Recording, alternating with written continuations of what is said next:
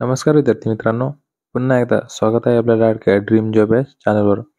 मित्रांनो, आज आपण बघणार आहोत तलाठी भरती नॉर्मलायझेशन संदर्भात आणि निकाल कधी लागेल व नॉर्मलायझेशननुसार कोणत्या शिफ्टचे मार्क वाढतील व कोणत्या शिफ्टचे मार्क कमी होतील. तसेच मित्रांनो, किती प्रमाणात कमी होतील व यामध्ये नॉर्मलायझेशननुसार फरक किती पडेल, ही सर्व माहिती आपण या व्हिडिओमधून बघणार आहोत मित्रांनो. त्यासाठी व्हिडिओ न स्किप करता शेवटपर्यंत बघा. आणि मित्रांनो, आपण जर या चॅनलवर नवीन असाल तर चॅनल सबस्क्राईब करून बेल आयकॉनवर ऑल क्लिक करा, जेणेकरून या चॅनलवर आणि तलाठी भरती संदर्भात येणाऱ्या सर्व अपडेट आपल्यापर्यंत सर्वात आधी पोहोचतील. व मित्रांनो, व्हिडिओ जर आवडला असेल तर लाईक करा आणि आपल्या मित्रांपर्यंत शेअर करा. चला मित्रांनो, आपण व्हिडिओला सुरू करूया. मित्रांनो, सर्वप्रथम आपण हे बघू की निकाल कधीपर्यंत लागेल व पेसा क्षेत्रामुळे निकालावर काही परिणाम पडेल का. सर्वप्रथम मार्क लिस्ट कधी सोडण्यात येईल जिल्ह्यावाईज, त्यानंतर नॉर्मलायझेशननुसार लिस्ट आणि त्यानंतर निवड यादी जिल्ह्यानुसार सोडण्यात येईल, पण कधीपर्यंत हे आपण या व्हिडिओमधून बघणार आहोत मित्रांनो. त्यासाठी व्हिडिओ पूर्ण बघा. मित्रांनो, आपल्याला असं वाटत आहे की पेसा क्षेत्रामुळे निकाल उशिरा होत आहे, तसं नाही मित्रांनो.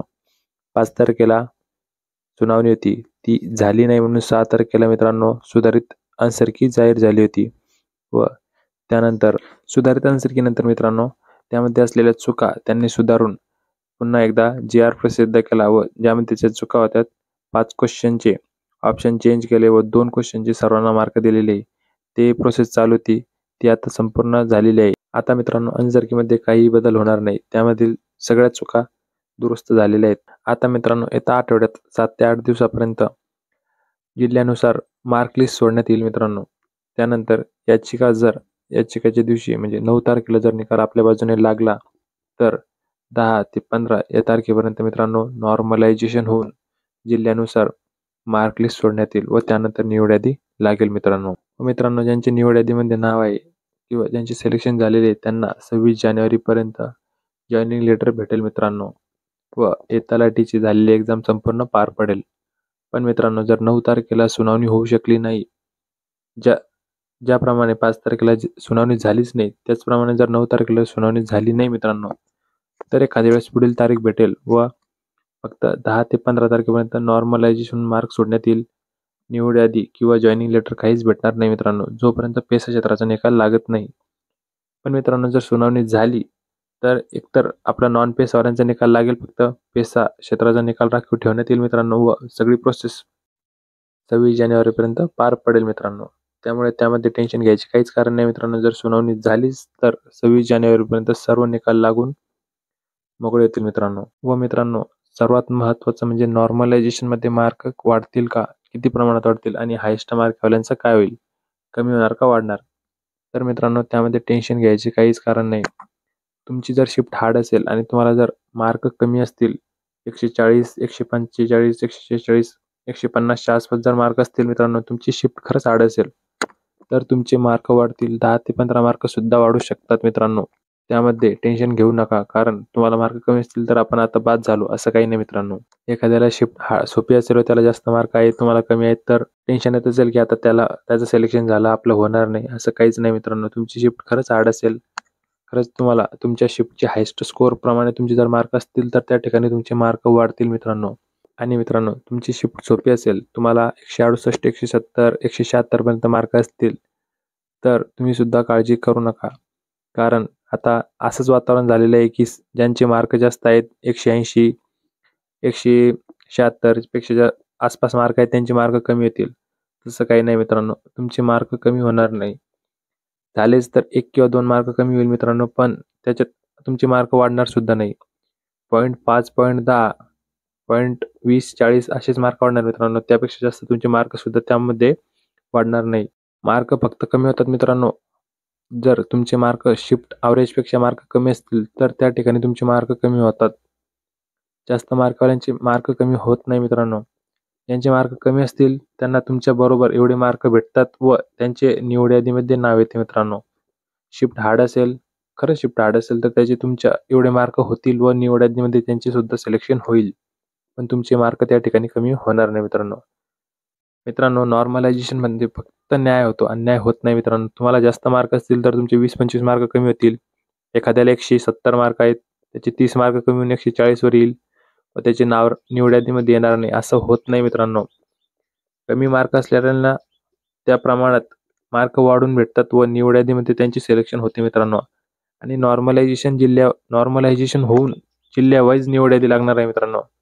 त्यामध्ये सुद्धा खूप गोंधळ होणार आहे. तुम्हाला जर वाटत असेल की तुमचं सिलेक्शन 100% होईल, तर त्या ठिकाणी एखाद्या वेळेस नाही होऊ शकत. पण मित्रांनो, तुम्हाला वाटत असेल की आपलं सिलेक्शन होणार नाही, मार्क खूप कमी आहेत, पण खरंच तुमची शिफ्ट हार्ड होती, तर त्या ठिकाणी पण तुमचं सिलेक्शन होऊ शकतं मित्रांनो, तुम्हाला मार्क कितीही कमी असू द्या.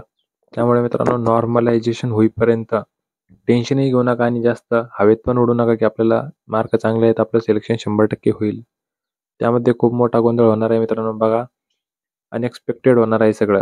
त्यामध्ये मेरिट सुद्धा कमी जास्त होऊ शकते. नॉर्मलायझेशनमध्ये मार्क किती प्रमाणात वाढतात हे बघणे खूप महत्त्वाचं आहे मित्रांनो. आणि त्यामध्ये खरंच अनएक्सपेक्टेड होणार आहे. तुम्हाला वाटत असेल की सिलेक्शन होणार नाही, आपले मार्क खूप कमी आहेत, आपलं आता काहीच होणार नाही, तर टेन्शन घेऊ नका. तुम्ही एक्झाम दिलेली आहे मित्रांनो, तुम्ही अभ्यास केलेला होता. खरंच तुमची शिफ्ट सोपी होती का? किंवा खरंच हार्ड होती का? हे आपल्याला स्वतःला समजते मित्रांनो. कोणाला विचारायची गरज नाही की मित्रा सर 17 तारखेची शिफ्ट हार्ड होती का? 8 तारखेची सोपी होती का? विचारून फायदा नसतो मित्रांनो. तुम्ही एक्झाम दिलेली आहे, अभ्यास केलेला आहे. तुम्हाला समजते शिफ्ट हार्ड होती का सोपी होती. त्यावरून तुम्हाला आलेले मार्क सुद्धा समजतात मित्रांनो. सेकंड आन्सर की नंतर किंवा फर्स्ट आन्सर की नंतर जे क्वेश्चन तुम्हाला आले नाही ते खरंच हार्ड होते का? हे सुद्धा आपल्याला समजलेलं आहे. त्यावरून मित्रांनो, तुमच्या शिफ्टमधील मुलांना सुद्धा ते प्रश्न आले असतील का किंवा आले नसतील का, यावरून सुद्धा अंदाज लावता येतो. त्यामुळे रिलॅक्स राहा नॉर्मलायझेशन होईपर्यंत. आणि मित्रांनो, या चॅनलला सबस्क्राईब करून घ्या, कारण यामध्ये प्रत्येक तुम्हाला योग्य ती माहितीच भेटते मित्रांनो. सुधारित आन्सर की नंतर मार्क वाढणार का, किंवा ज्यांच्या आन्सर कीमध्ये चुका होत्या त्यांनी मेसेज केले की सर हा प्रॉब्लेम आहे.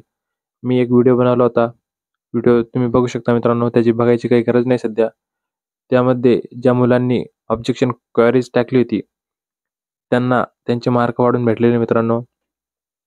हे बघा, एका आपल्या मित्राचा मेसेज आलेला होता सुरुवातीला की सर हे सेकंड आन्सर गेममध्ये सुद्धा बदलून भेटलं नाही, मी ऑब्जेक्शन घेतला होता. पण मित्रांनो, क्वेरीज टाकल्यानंतर त्याचे तो ऑप्शन बदलून भेटलेला आहे. त्या 5 प्रश्नांमधून तो एक प्रश्न होता मित्रांनो. मी त्याला सांगितले की ज्याप्रमाणे मी व्हिडिओमध्ये सांगितलेले आहे त्या ठिकाणी तू त्याप्रमाणे प्रोसेस करून. हो मित्रांनो, 4 ते 5 दिवसानंतरच त्याचे ऑप्शन बदलून भेटले. सुधारित GR सुद्धा आला. हे आता असं म्हणणार नाही की मी व्हिडिओ बनवला म्हणूनच झालं. ते होणार होतं मित्रांनो, आधी सुद्धा काही मुलांनी टाकला होता. पण व्हिडिओ बनवल्यानंतर जास्तीत जास्त मुलांनी त्यामध्ये त्या प्रॉब्लेम टाकल्यामुळे ते सुधारून भेटलेले आहेत. त्यामुळे मित्रांनो, चॅनलला सबस्क्राईब करून घ्या. एकदम ऑथेंटिक माहिती या ठिकाणी भेटते मित्रांनो. योग्य ती माहिती तुम्हाला या ठिकाणी भेटते. आणि आपण जर टेलिग्राम चॅनल जॉईन केला असेल तर टेलिग्राम चॅनल सुद्धा जॉईन करून घ्या मित्रांनो. प्रत्येक अपडेटचा व्हिडिओ बनवता येत नाही, त्यामुळे छोट्या मोठ्या येणारे अपडेट आपण टेलिग्राम चॅनल जॉईन करण्यासाठी डिस्क्रिप्शनमध्ये लिंक आहे, तसेच कमेंट सेक्शनमध्ये सुद्धा लिंक आहे मित्रांनो. त्यावर क्लिक करून आपण टेलिग्राम चॅनल जॉईन करू शकता. आणि मित्रांनो, तुम्हाला काही प्रॉब्लेम असेल तर त्या ठिकाणी टेलिग्राम ID दिलेली आहे आपली पर्सनल ID, त्यावर तुम्ही प्रत्येक जे पण प्रॉब्लेम तुम्हाला असेल ते तुम्ही त्या ठिकाणी सांगू शकता मित्रांनो. तुमच्या प्रॉब्लेमचं सोल्युशन तुम्हाला त्या ठिकाणी भेटेल. धन्यवाद मित्रांनो. जय हिंद, जय महाराष्ट्र. तुम्ही जर पोलीस भरतीची तयारी करत असाल तर तुमच्यासाठी सर्वात महत्त्वाचं म्हणजे प्रश्नपत्रिका. मागच्या झालेल्या प्रश्नपत्रिका वाचणे खूप महत्त्वाचं असतं. त्यासाठी भारती प्रकाशन पुणे यांचे 40,000 जंबो हे पुस्तक नवीन आवृत्ती प्रसिद्ध झालेली आहे. मित्रांनो, हे केवळ साधे बुक नाही तर स्मार्ट बुक आहे. यामध्ये तुम्हाला 400+ टॉपिक वाईज व्हिडिओज आहेत, 200+ टॉपिक वाईज टेस्ट आहेत आणि मित्रांनो 100+ सराव टेस्ट आहे. रँकसह 1500+ स्मार्ट QR कोड या पुस्तकामध्ये दिलेले आहे मित्रांनो. त्यामध्ये तुम्ही हे सगळे सोडू शकता. मित्रांनो, तुम्हाला जर हे पुस्तक घ्यायचं असेल तर जवळच्या बुक स्टोअरवर जाऊन त्यांना फक्त जंबो म्हणा, लगेच तुम्हाला ते हे पुस्तक काढून देतील. मित्रांनो, 10 पुस्तके 10 वेळा वाचण्यापेक्षा एकच पुस्तक 1 वेळा वाचा व पोलीस व्हा.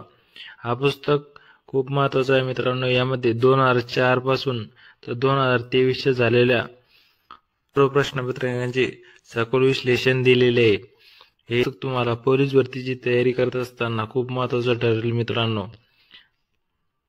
जवळच्या बुक स्टोअरवर जाऊन हे पुस्तक घेऊन टाका मित्रांनो आजच्या आज.